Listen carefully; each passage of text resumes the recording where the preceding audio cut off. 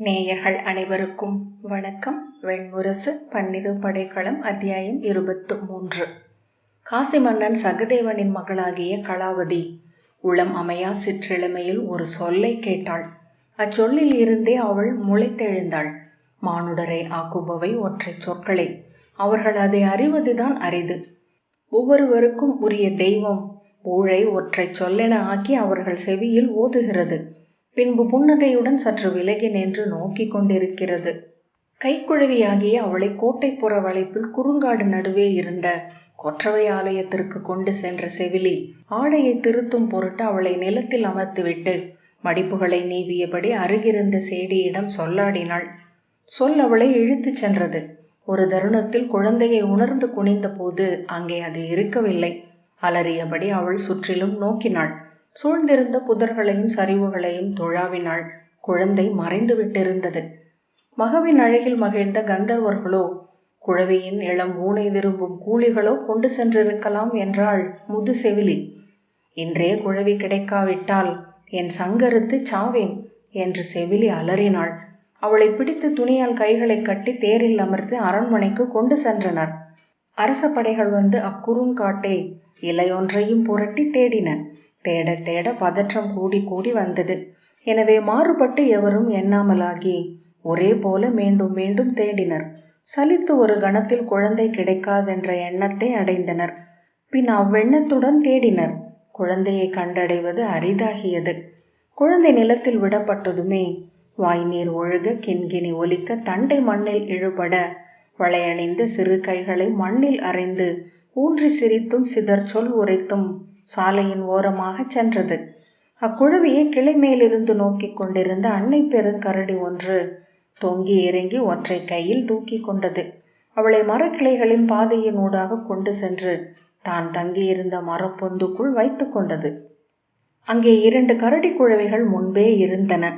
வெண்ணிறமான புதிய குருளையை அவை கைகளால் தழுவியும் மென்மயிர் உடலால் பொதிந்தும் ஏற்றுக்கொண்டன. அவை அன்னையிடம் முட்டி முட்டி பால் குடிப்பதைக் கண்ட கலாவதி அதை போல் தானும் உண்டாள். அன்னையின் பேருடலின் வெம்மையில் உடல் அணைத்து உறங்கினாள். பகல் ஒளி எழுந்ததும் கையூன்றி புதர்களுக்குள் நடை சென்ற அன்னையை தொடர்ந்த குருளைகளுடன் தானும் சென்றாள். 3ஆம் நாள் அதை வேடன் ஒருவன் கண்டடைந்தான். சிறிய பாறை ஒன்றின் மேல் கைகளை சேர்த்தமைத்து விழிவிரிய நோக்கி ஒற்றை சொல்லை நெளிய முதடுகளால் சொல்லிக் கொண்டிருந்தது குழந்தை. வேடன் அது அரச மகள் என்பதை உணர்ந்து கொண்டான். அதை அள்ளி தூக்கி அரண்மனைக்கு கொண்டு வந்தான். அவன் குழவியுடன் கோட்டைக்குள் நுழைந்ததுமே எதிர்வந்த காவலர் தலைவன் அவன் தலையை ஒரே வாழ் மின்னலால் வீழ்த்தினான். ஏந்திய கையில் குழந்தையுடன் உடல் மட்டும் நின்று நடுங்கியது. அதை காவலர் தலைவன் பெற்று கொண்டதும் அப்படியே மல்லாந்து விழுந்து மண்ணில் கால் உதைத்து கை தவிக்க துடித்தது. குழவியை தொடர்ந்து வந்த அன்னை கரடி தொலைவில் நின்று 2 கைகளையும் அசைத்தபடி துடிக்கும் உடலை நோக்கியது. அவர்கள் சென்ற பின் மெல்ல வந்து உறைந்து கிடந்த உடலையும் விழிவெறித்த தலையையும் முகர்ந்து பெருமூச்சு விட்டது. காவலர் தலைவன் குழந்தையுடன் அரண்மனைக்கு சென்று அதை தேடி கண்டடைந்ததை சொன்னான். அரசி ஓடி வந்து குழந்தையை அள்ளி நெஞ்சோடு சேர்த்து கொண்டு கண்ணீர் விட்டாள். அரசன் தன் மார்பில் அணிந்த மணியாரத்தை கழற்றி காவலர் தலைவனுக்கு அணிவித்து அவனை படைநிலை உயர்த்தினான். குழவியை திருடிச் சென்ற வேடனின் உடலை 2 இடங்களிலாக தெற்கு சுடுகாட்டில் எரித்தனர். அங்கே செவிலி முந்தைய நாள் காலை தலைவெட்டப்பட்டு எரிந்திருந்தாள். ஒற்றை சொல் குழந்தையின் வாயில் இருந்ததை 2 நாட்கள் கழித்தே செவிலியர் புரிந்து கொண்டனர். அது என்ன என்று செவியும் விழையும் கூர்ந்தனர். குழந்தை சில நாட்களிலேயே பேசத் தொடங்கியது. அன்னை என்றும் அத்தன் என்றும் அன்னம் என்றும் அமுது என்றும் சொல்லத் தொடங்கியது. அச்சொற்கள் பெருகி மொழியாகின. அது எழுந்து சிற்றடி வைத்தது. கைவீசி ஓடியது. பாவாடை அணிந்து மலர் கொள்ளச் சென்றது. எண்ணும் எழுத்தும் இசையும் இயலும் கற்றது. ஆனால் அதன் நாவில் அச்சொல் இருந்தபடியே இருந்தது. அவள் துயில்கையில் அச்சொல் நாவில் இருப்பதை செவிலியர் கவலையுடன் நோக்கினர்.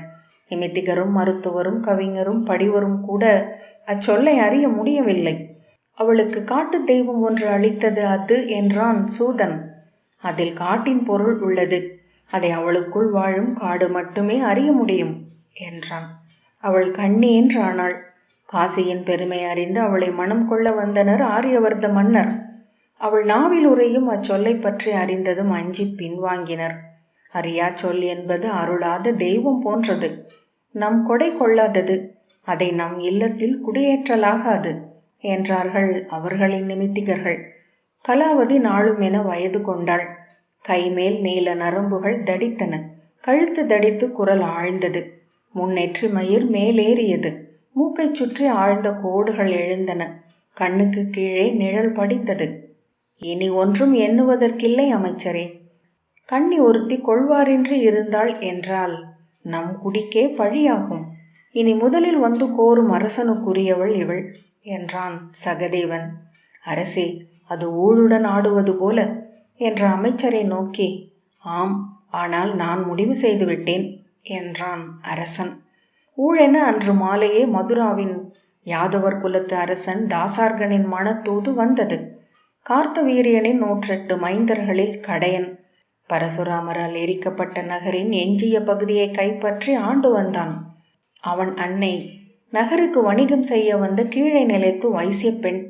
கார்த்தவீரியன் அளித்த ஒற்றை கணையாழி ஒன்றே அவனை அரச குருதி என்று காட்டியது. கார்த்தவீரியனின் 100 மைந்தர்கள் முடிசூடும் பொருட்டு பொருதி நின்றிருந்தனர். சத்திரிய குடி பிறந்த யாதவர்கள் படை பலத்தால் முந்தினர். யாதவர்கள் குடி துணை கொண்டிருந்தனர். அசுரகுடி மைந்தரோ தயங்காமை என்னும் பேராற்றல் கொண்டிருந்தனர். எனவே நாளும் ஒருவர் என கொல்லப்பட்டனர். 8வது மைந்தன் கிருதபாலன் அசுரகுடி பிறந்த கிருதை என்னும் மனைவிக்கு கார்த்தவீரியனில் தோன்றியவன். அவனுடன் இணைந்து கொண்டான் தாசார்கன். வைசியனின் கணக்குகள் அசுரனை ஆற்றல் மிக்கவனாக்கின.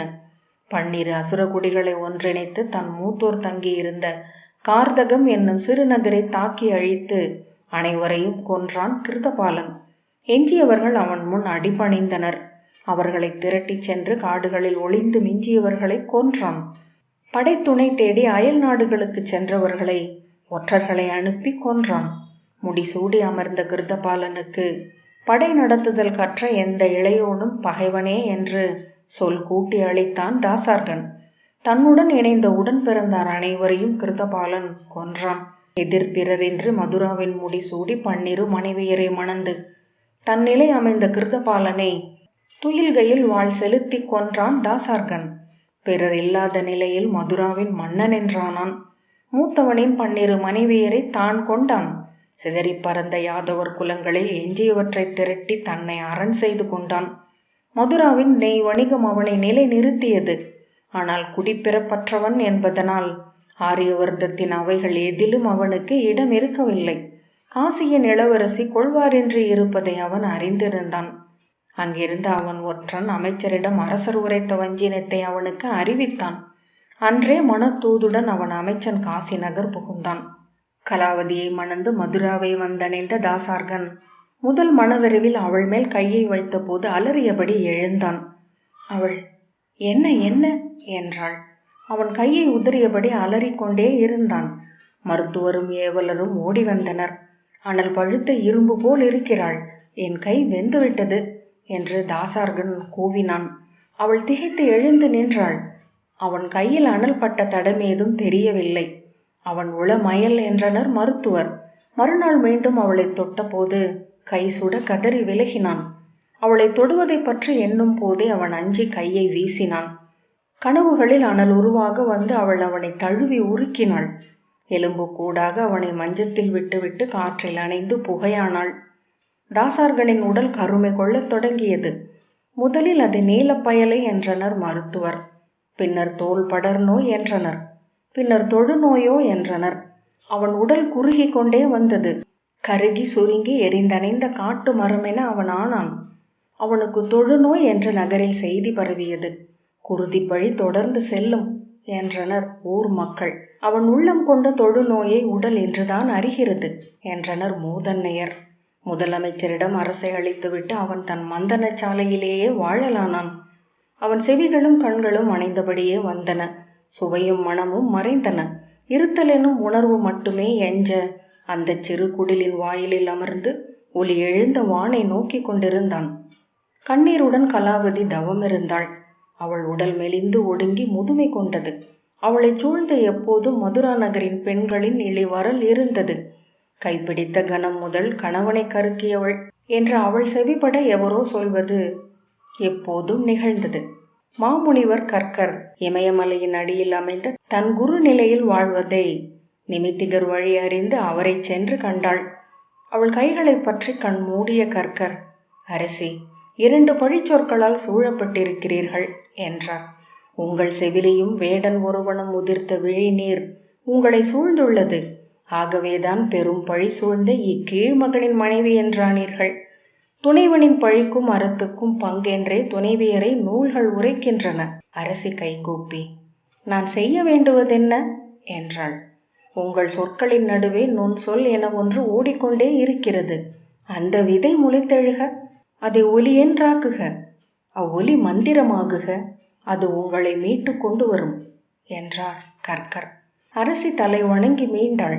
திரும்பும் வழியெல்லாம் கண்ணீருடன் அதையே எண்ணிக்கொண்டிருந்தாள். தன் சேடியரிடமும் தோழியரிடமும் வினவினாள். என் இதழ் சொல்லும் அந்த நுண் சொல் என்ன? நோக்கி உரையுங்கள் என்றாள். அவர்கள், இத்தனை ஆண்டு காலம் நோக்கியும் நாங்கள் அதை உணரக்கூடவில்லை அரசி. அது தெய்வம் உரைத்த சொல், அதை தெய்வமே வந்து உரைத்தாக வேண்டும் என்றனர். கலாவதி தன் பிற சொற்கள் அனைத்தையும் அவித்து கொண்டாள். இதழ்கள் சொல் மறந்த போது உள்ளம் சொற்பெருக்காகியது. அதை நோக்கியபடி சொல்லடக்கி அமர்ந்திருந்தாள். உள்ளம் சொல்லிழந்த போது கனவுகள் கூச்சலிட்டன. கனவுகள் ஒலியற்றவையாக ஆனபோது ஆழத்து இருள் முனகியது. இருள் இறுகிய போது அப்பால் இருந்த ஒளி ரீங்கரித்தது. அதுவும் அடங்கிய போது அவள் செவிகளும் ஓசை மறந்தன. ஓசையற்ற வெளியில் சென்று அவள் தன் சொல்லை கண்டடைந்தாள். சிவாய! பெருங்களிப்புடன் அவள் திரும்பி வந்தாள். கைகளை விரித்து துள்ளி நடமிட்டு கூவினாள். அழுதும் சிரித்தும் தவித்தாள். அச்சொல்லையே மொழி என்று ஆக்கினாள். அச்சொல்லே எண்ணமும் கனவும் என்றானாள். அருந்தவத்தால் வாடிய அவள் உடல் ஒளி கொண்டது. முகம் இளமகள் என வண்ணம் பொழிந்தது. ஒரு நாள் தன் தவத்தின் ஆழ்கனவில் அவள் நீல நீர் சுழித்த ஒரு சுனையை கண்டாள். அது ஒரு கனிந்த விழி என தோன்றியது. அன்றே கிளம்பி கற்கரை சென்று கண்டாள். அது இமயத்தில் உள்ள காகதீர்த்தம் என்னும் பாபநாசினி சுனை. அங்கே சென்று உன் கணவனை நீராட்டுக. உன் கைகளால் அள்ளிவிடப்படும் நீரால் அவன் தூய்மை கொள்வான். அவள் கற்கர் துணைவர தாசார்கனுடன் இமயம் ஏறி சென்று காகதீர்த்தத்தை அடைந்தாள். கரிய சுனை அவளை நோக்கி கொண்டிருந்தது. அதை கண்டதும் தாசார்கன் அஞ்சி நின்று விட்டான். இறங்குக அரசே, இதுவே உங்கள் மீட்புக்கான வாயில் என்றார் கற்கர். அவன் நடுங்கி கைகளை கூப்பி கண்ணீருடன் நின்றான். செல்க என்றார் கற்கர். அரசி, வருக அரசே என்று சொல்லி அவன் கையை பற்றியபடி நடந்தாள். சிவாய சிவாய என்று உச்சரித்தபடி நீரில் இறங்கினாள். நீர் கொந்தளிக்கத் தொடங்கியது. அவன் அலறியபடி கரையேற முயன்றான். அவள் அவனை இறுக பற்றி கொண்டாள். நீரில் அவனை பிடித்து அழுத்தி நீராட்டினாள். அரசனின் உடல் துடித்தபடியே இருந்தது. அவன் உடலின் கரிய தோல் பரப்பின் வண்ணம் நீரில் அலைபாய்ந்தது. அவ்வலைகள் 2 சிறகுகள் என்றாயின. காகமென உருக்கொண்டு நீரை உதறி மேலெழுந்தன. கா என்று கூவியபடி காகம் காற்றில் சிறகடித்து வட்டமிட்டது. மேலும் ஒரு காகம் எழுந்தது. அவன் உடலின் கருமை காகங்களென எழுந்து சுழன்று நீர்த்துளிகள் மின்னிச் சிதற கூச்சலிட்டது. அவள் நாவில் சிவச்சொல் மட்டுமே நின்றது. காகங்கள் ஏன் ஏன் என்று கூவியபடி சிறகுகள் உரச சுழற்காற்றில் சருகுகள் என பறந்து சுழித்தன. எழுக என்று கற்கர் சொன்னார். அவன் கொண்ட பழிகளெல்லாம் இதோ காகங்களென எழுந்து அகன்றுள்ளன. இக்கருவறையிலிருந்து புதிதாக பிறந்து வருக. அறம் திகழும் கோல் கொண்டு மக்களை தந்தையென காத்தருள்க. அவள் கை கூப்பியபடி நின்றாள். மேனி ஒளி மீண்ட தாசார்கன் கை கூப்பி அழுதபடி நின்றான். வருக அரசே என்றார் கற்கர். அவள் கைகளை பற்றியபடி, இருளில் இருந்து என்னை மீட்ட நீயே என் தெய்வமாகுக. என் குடிநிறை உன்னை மூதன்னை என ஆலயம் அமைத்து வணங்குக என்றான். அவனுடன் கை கூப்பியபடி மேலேறிய கலாவதி திரும்பி அக்காகங்களையே நோக்கி கொண்டிருந்தாள். ஒவ்வொரு காகமாக எழுந்து பறந்து வானில் மறைந்தது. ஏன் என்று அவை கூவி உதிர்த்து சென்ற சொற்கள் மட்டும் அங்கு எஞ்சின. இறுதி காகமும் சென்ற பின் அவள் நீள் மூச்சுடன் ஒரு காட்சியை நினைவு கூர்ந்தாள். இளங்குழுவியாக அவள் ஒரு பாறை மேல் அமர்ந்திருந்தாள். அவள் எதிரே வந்து அமர்ந்த கரிய காகம் ஏன் என்றது. அச்சொல்லைத்தான் அவள் இதழ்கள் அன்று பெற்றுக்கொண்டன. காகதீர்த்தத்தின் நீரை 7 வைதிகர்கள் பொற்குடங்களில் அள்ளி கொண்டு வந்தனர். அஸ்தினபுரியின் நகர் எல்லையிலேயே கனகரும் 12 வைதிகர்களும் காத்திருந்தனர். நீலப்புலரியில் வந்து சேர்ந்த அந்த அணிநிறை நகரின் இருண்டு சொட்டி கொண்டிருந்த கூரைகளுக்கு நடுவே காலடி ஓசைகள் ஒலிக்க மெல்ல நடந்தது. திண்ணைகளிலும் முகப்புகளிலும் அமர்ந்து அவர்களை நோக்கி கொண்டிருந்த அஸ்தினபுரியின் குடிகளும் வேலும் வில்லும் ஏந்தி நின்ற காவலரும் அக்காட்சியை அகப்புலன்களால் அறியவில்லை. அரண்மனையின் ஏவலரும் அமைச்சர்களில் பலரும் கூட நோக்கியும் உணரவில்லை. வைதிகர்கள் நீர் வழிந்த உடல் நடுங்க ஆழ்ந்த குரலில் வேத சொல் உரைத்தபடி நடந்தனர். அரண்மனை முற்றத்திற்கே வந்து கர்ணன் அவர்களை எதிர்கொண்டான். கர்க்க முனிவரின் ஒரு மரபில் வந்த தீப்தர் அந்த வைதிகர் குழுவை தலைமை கொண்டு நடத்தி வந்தார். கர்ணன் அவரை வணங்கி முகமன் சொன்னான். காகதீர்த்தத்தில் அள்ளிய நீரை எங்கும் நிலம் தொடாமல் கொண்டு வந்த வைதிகர் அக்கலங்களை கைமாற்றிவிட்டு அமர்ந்து ஓய்வெடுத்தனர். காத்திருந்த வைதிகர் நீர்க்கலங்களுடன் மேற்கு நோக்கி சென்றனர். கன்று நிறையின் மணியோசை போல வேத சொல் அவர்களிடமிருந்து எழுந்தது. கோட்டையின் மேற்கு வாயிலுக்கு அப்பால் குறுங்காட்டுக்குள் இருந்தது கரிய கற்களால் ஆன கலிதேவனின் சிற்றாலயம். அவர்கள் இளஞ்சாரல் மழை பொழிந்த புதர்களின் நடுவே வெட்டி உருவாக்கப்பட்ட சேற்றுப்பாதையில் கால் பதிய நடந்தனர். கலியின் ஆலயத்துக்கு மேலே உருளைப்பாறைகளால் ஆன சரிவில் வழிந்தோடி வந்து சிறிய அருவியாக கொட்டி ஓசையிட்டு இறங்கிச் சென்ற ஓடை வழியாகவே மேலே செல்லும் வழி அமைந்திருந்தது. முன்னரே அங்கு சென்றிருந்த அரச படையினர் பாறைகளுக்கு அருகே கற்களை அடுக்கி ஏறி செல்லும் வழியை ஒருக்கியிருந்தனர். அவற்றில் கால் வைத்து உடல் நடுங்க நிகர்நிலை நிறுத்தி மேலே சென்றனர் வைதிகர். பாறைகள் முழுக்க கரிய களிம்பென பாசி படர்ந்திருந்தது. காடெங்கும் இலை ததும்பி சொட்டி கொண்டிருந்த ஆடிமழையின் ஓசை அவர்களை சூழ்ந்து அவர்கள் எழுப்பிய வேத சொல்லை மூடியது. இறுதி விடாயுடன் நீர் விளிம்பருகே வந்து உயிர் துறந்த விலங்குகளின் வெள்ளெலும்பு குவைகள் சேற்றில் புதைந்தும் பற்களென எழுந்து நகைப்பு காட்டியும் பரவி இருந்தன. அவற்றின் மட்காத தோல் மயிர் பரப்புகள் மென்புல் என்றும் மெத்தை பாசி என்றும் கால்களுக்கு மாயம் காட்டின. ஆலயத்தின் அருகே ஓடை சுழித்து சென்ற இடத்தில் கற்கள் அடுக்கி கரை உழைக்கப்பட்டு ஒரு சுனை உருவாக்கப்பட்டிருந்தது. அதில் கரிய நீர் சுழன்று சென்றது. சுனையின் மென் சேற்று கதுப்பு ஆமையோடு போல கரிய அலை வளைவுகள் ஒளி மின்ன தெரிந்தது. நீரில் இறங்க கற்களை கொண்டு பாதை அமைக்கப்பட்டிருந்தது. அப்பகுதியின் புதர் பரப்பு வெட்டி சீரமைக்கப்பட்டு அஸ்தினபுரியின் கொடிகள் கட்டப்பட்டு சித்தமாக்கப்பட்டிருந்தது. படைக்கலங்கள் ஏந்திய வீரர்கள் மெலிந்த உடலும் தளர்ந்த தோள்களும் பழுத்த விழிகளுமாக காவல் நின்றனர். 7 பேர் கொண்ட இசைச்சூதர் பீழை படிந்த கண்களுடனும் உலர்ந்த உதடுகளுடனும் இசைக்கலங்கள் ஏந்தி காத்திருந்தனர். நோயுற்ற அனைவருக்குமே எரியும் மது ஒன்றே மருந்தாக இருந்தது. அது அவர்களின் நரம்புகளை இழுபடச் செய்து எழுந்து நின்றிருக்கும் ஆற்றலை அளித்தது. ஆயினும் அவர்களின் தலைகள் அவ்வப்போது எடை கொண்டு அசைந்தன. கால்கள் நிலையழிந்து பிறர் தோளை பற்றி கொண்டனர். எவர் சித்தமும் அவ்விடத்தில் இருக்கவில்லை. அமைதியில் ஒருவர் விழித்து கொண்டு என்ன என்று முனகினார். 4 குருதி படிந்த விழிகளால் திரும்பி நோக்கினர். அஸ்தினபுரியிலிருந்து வந்திருந்த சூதர் குலத்து பூசகர் கரிய ஆடை அணிந்து தோல் கச்சை கட்டி கைகளில் கரிய நூலாலான கங்கணத்துடன் உள்ளே நீளிருளை கல்லாக விழி வரையப்பட்டு நீல மலர் மாலைகள் சூடி அமர்ந்திருந்த கலிதேவனுக்கு பூசனை செய்து கொண்டிருந்தார்.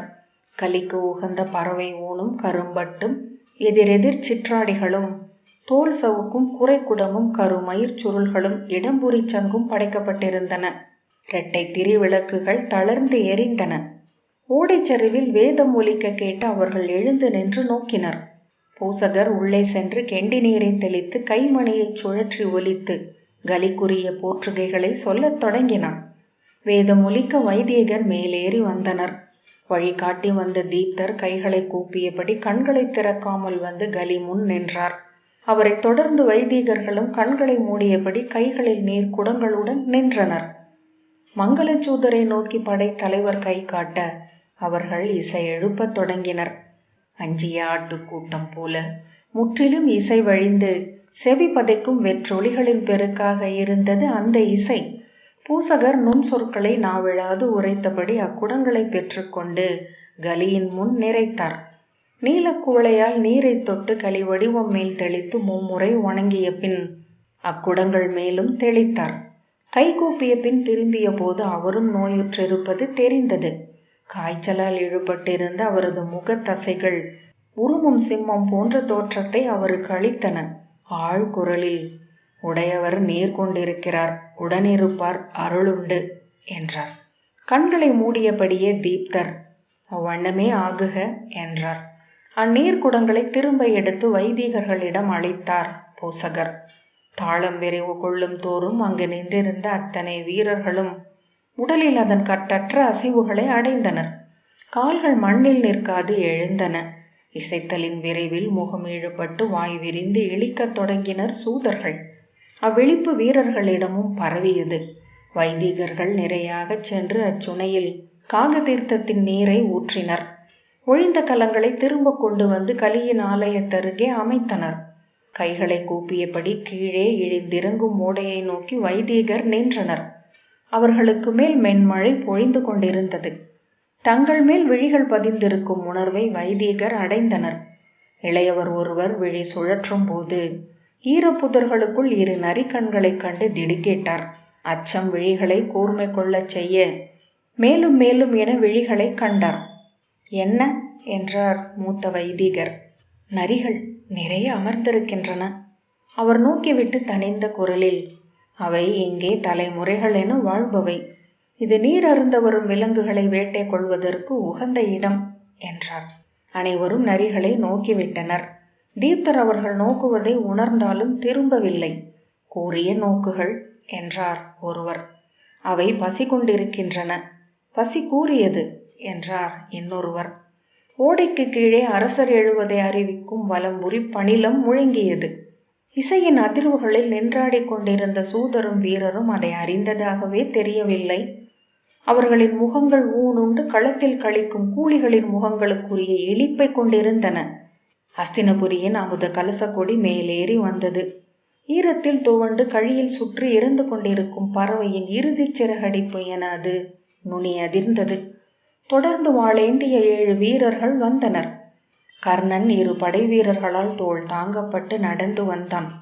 அவன் உடல் எலும்பு நிறை தெரிய மெலிந்து, தோள்கள் சாம்பல் பூத்து, விழிகள் ஒளி இழந்து குழிகளுக்குள் ஆழ்ந்திருந்தன. கன்னம் ஒட்டியமையால் பல் நிறையுடன் வாய் உந்தி இருந்தது. அவன் மிகை உயரத்தால் கூன் விழுந்திருந்தது.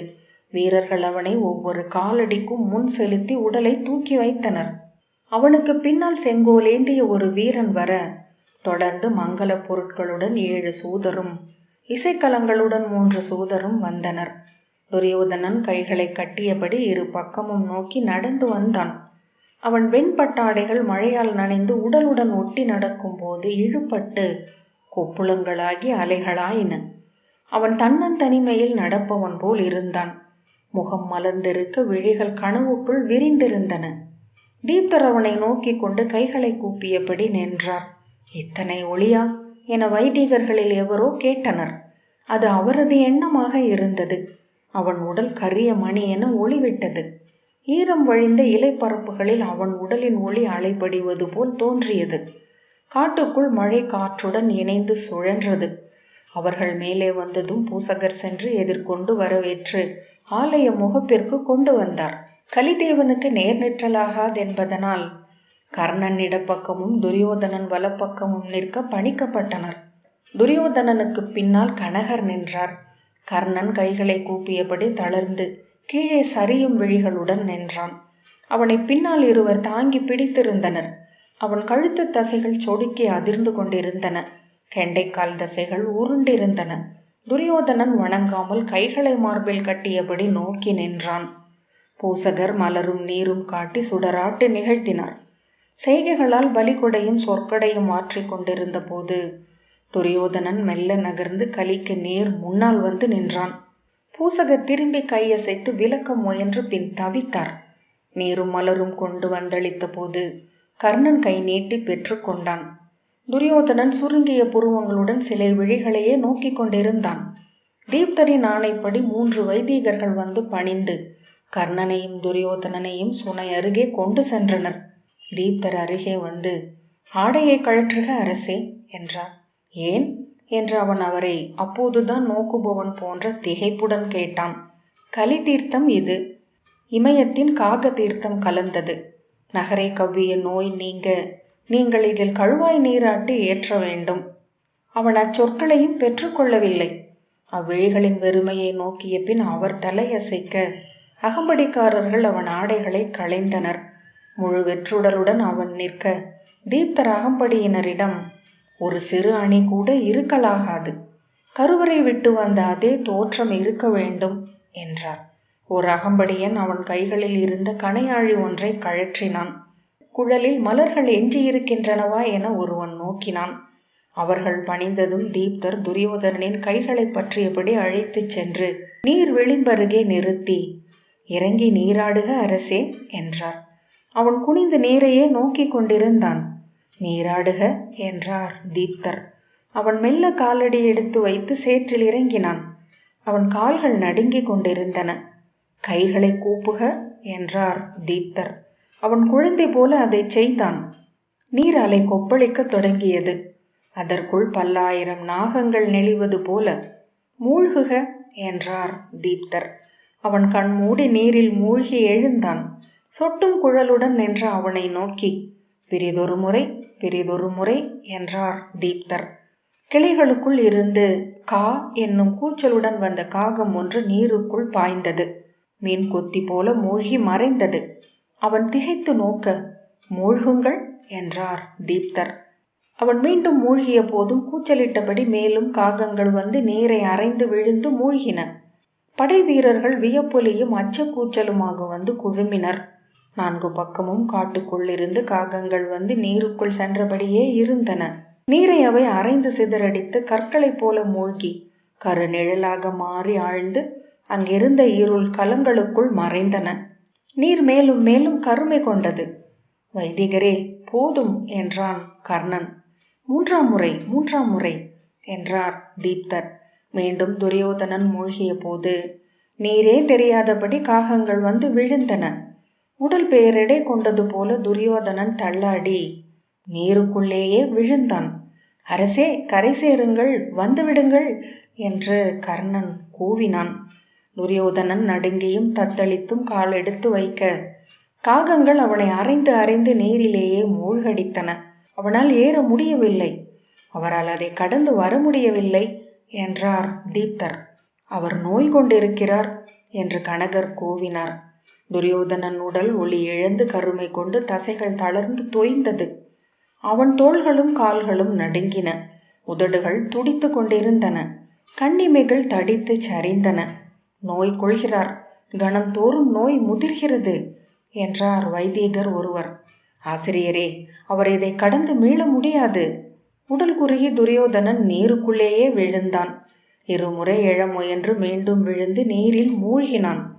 அவனை சரியாக பார்க்க முடியாதபடி சென்று விழும் காக கூட்டங்களின் சிறகுகள் மறைத்தன. கர்ணன் தன் ஆடைகளை களையத் தொடங்கினான். அதை கண்ட தீப்தர், அரசே வேண்டாம், இது மீள முடியாத ஆழம் என்று கூவி கை நீட்டி தடுக்க வந்தார். ஆடைகளை கழற்றி வீசி அணிகளை பிடுங்கி உதிர்த்தபடி நீரை நோக்கி சென்ற கர்ணன் தள்ளாடி விழப்போனான். பிடிக்க வந்த ஒருவனை உந்திவிட்டு அரசே அரசே என வைதிகர்கள் கூவுவதை புறக்கணித்து நீருக்குள் பாய்ந்தான். நீரில் இறங்கியதுமே அவன் ஆற்றல் கொள்ள தொடங்கினான். முதல் முறை மூழ்கியதுமே அவன் விழிகள் எழுந்தன. 3 முறை மூழ்கி எழுந்ததும் பெருந்தோள்களும் நிமிர்வும் கொண்டவன் ஆனான். துரியோதனனை தன் தோள்களில் தூக்கி கொண்டு கரை நோக்கி நடந்து வந்தான். சேற்று பரப்பில் அவனை படுக்க வைத்தான்.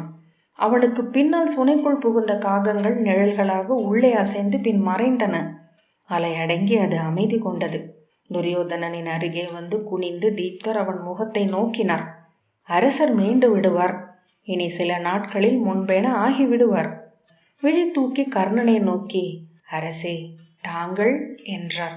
கர்ணன் ஆழ்ந்த குரலில் அரசரை அரண்மனைக்கு கொண்டு செல்வோம் என்றான். 2 வீரர் வந்து துரியோதனனை தூக்கி கொண்டனர். மழை நின்று விட்டதை அவர்கள் அறிந்தனர். இலைகள் சொட்டி ஓய்ந்து கொண்டிருந்தன. இனிய காற்றுகளால் இறுதி துளிகளும் முதிர்க்கப்பட்டன. வேதம் முழங்க வைதீகர் முன் செல்ல அவர்கள் ஒரு சொல்லும் பேசாமல் நடந்து இறங்கினர். கோட்டையை அடைவதற்குள்ளாகவே அவர்களில் பலர் நோய் நீங்கி ஆற்றல் பெற்றுவிட்டிருந்தனர். அஸ்தினபுரியில் மழை நின்றமையை உணர்ந்த மக்கள் எழுப்பிய ஓசை காலை பறவைகளின் குரல் என ஒலித்து கொண்டிருந்தது. கரையென வானில் படிந்திருந்த முகில் குவைகளுக்கு அப்பால் இருந்து சூரியன் எழத் தொடங்கினான். கோட்டை பரப்பு சிலிர்த்தது. குறுங்காட்டின் அனைத்து இலைகளும் ஒளி கொண்டன. ததும்பிய நீர்த்துளிகள் சுடர் பெற்றன. பன்னிரு படைக்களம் 23வது அத்தியாயம் இத்துடன் நிறைவு பெற்றது. நன்றி.